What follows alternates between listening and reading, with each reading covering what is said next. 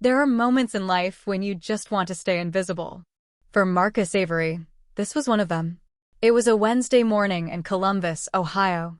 The sky was still gray, leftovers from the night's rain hanging like heavy sighs over the school buses.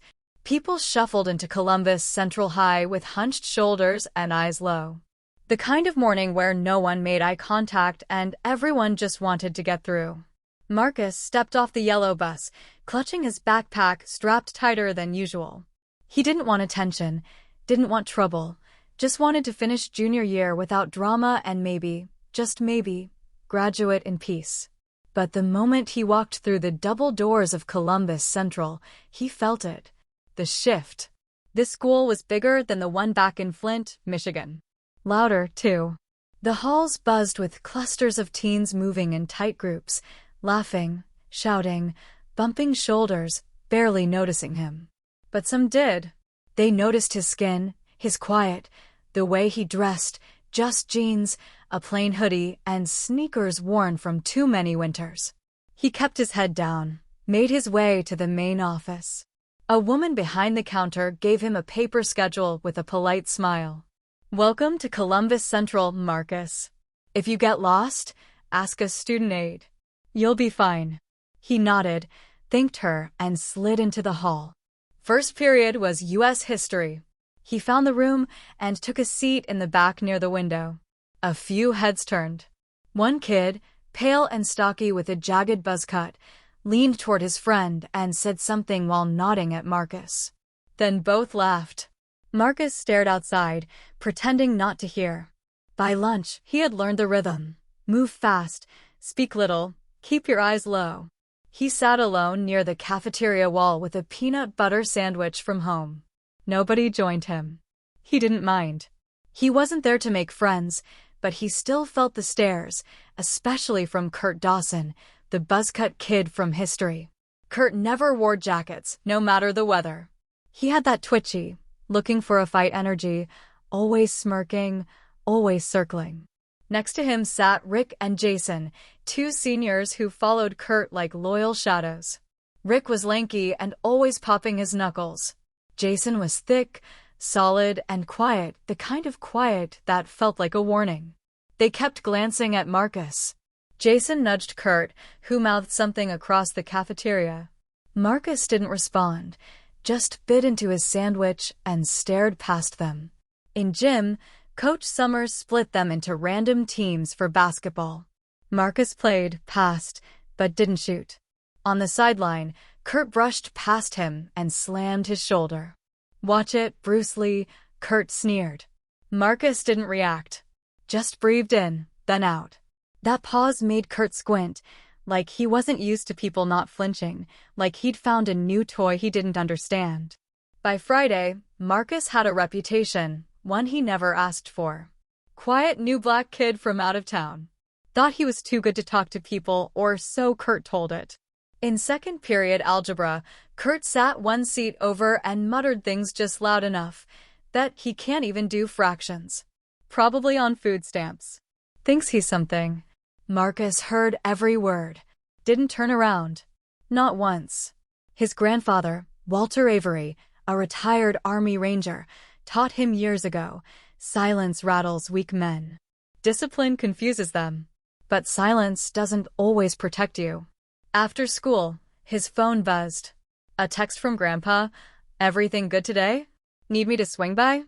Marcus smiled, typed back, "All good. Taking the bus." As he hit send, he looked up across the parking lot. Kurt was watching, just for a second, but it was enough. The next week, it got worse. Paper balls in class. Accidental trips during gym.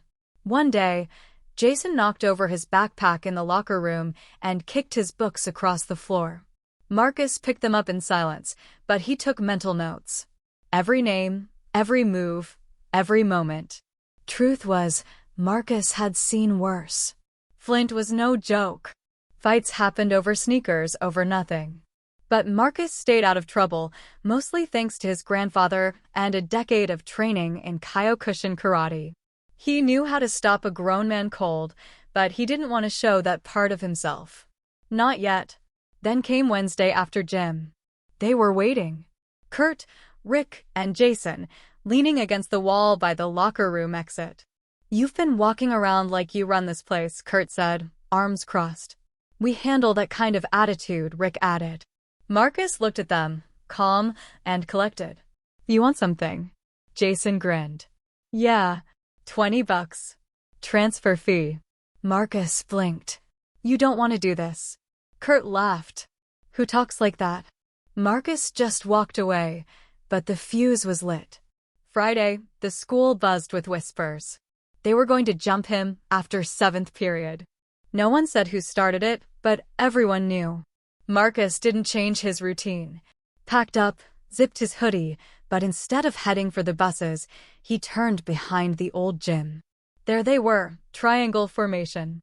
No staff, no cameras, just cracked concrete and a broken vending machine. "You really want to do this?" Marcus asked. "Man, I've been waiting," Kurt said, bouncing on his heels. "What? You think you're some ninja?"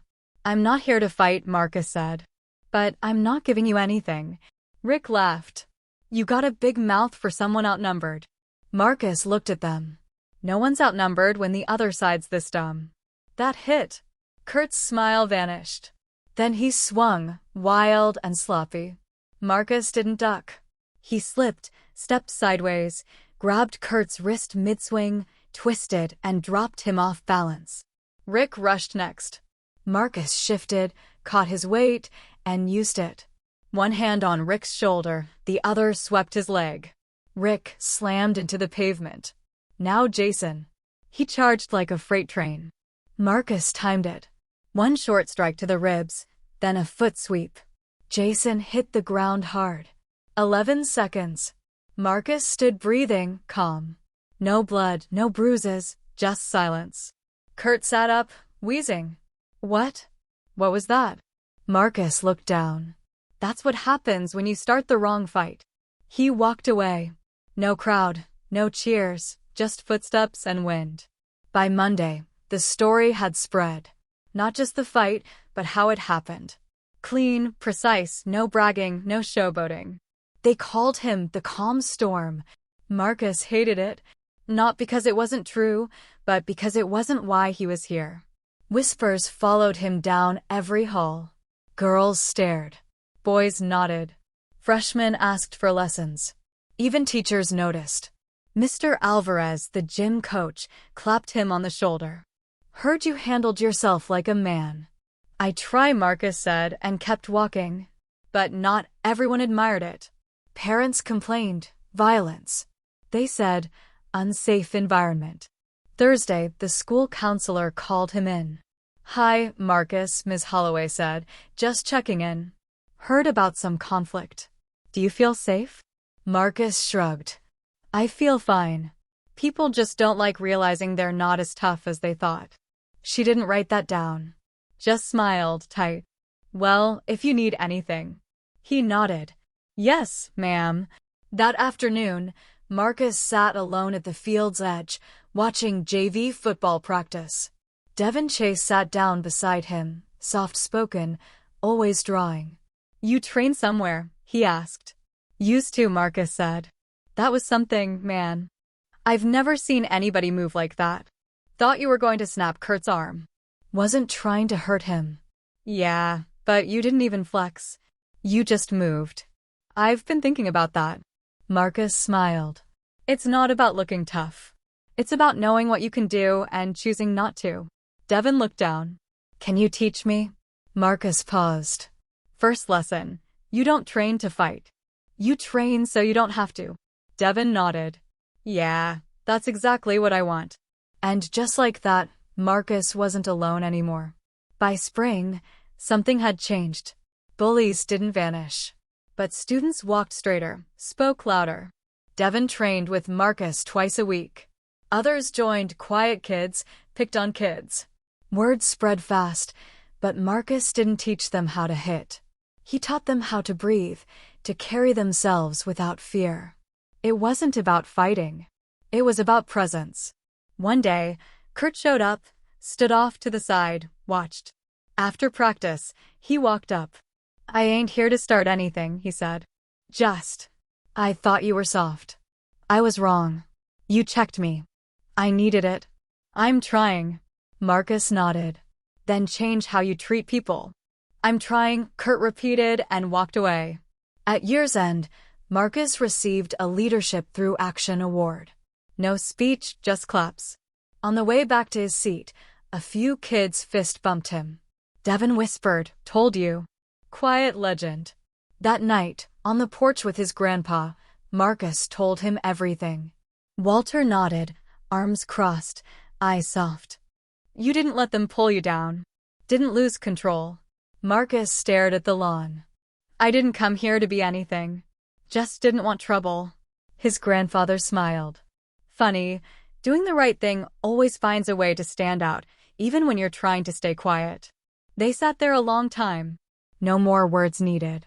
Because real strength doesn't shout. It knows when to show up, knows who it is when no one's watching. The change Marcus brought to Columbus Central High didn't end with his graduation. The principles of respect, self-control, and quiet strength he instilled in his peers continued to resonate throughout the school. Bullying decreased, and a newfound sense of community and confidence flourished. Devin Chase, inspired by Marcus's example, went on to establish a student-led conflict resolution program, which became a model for other schools in the district. Marcus's legacy lived on, a testament to the power of one person's actions to transform an entire environment, not through violence, but through the quiet strength of character and the courage to stand for what is right.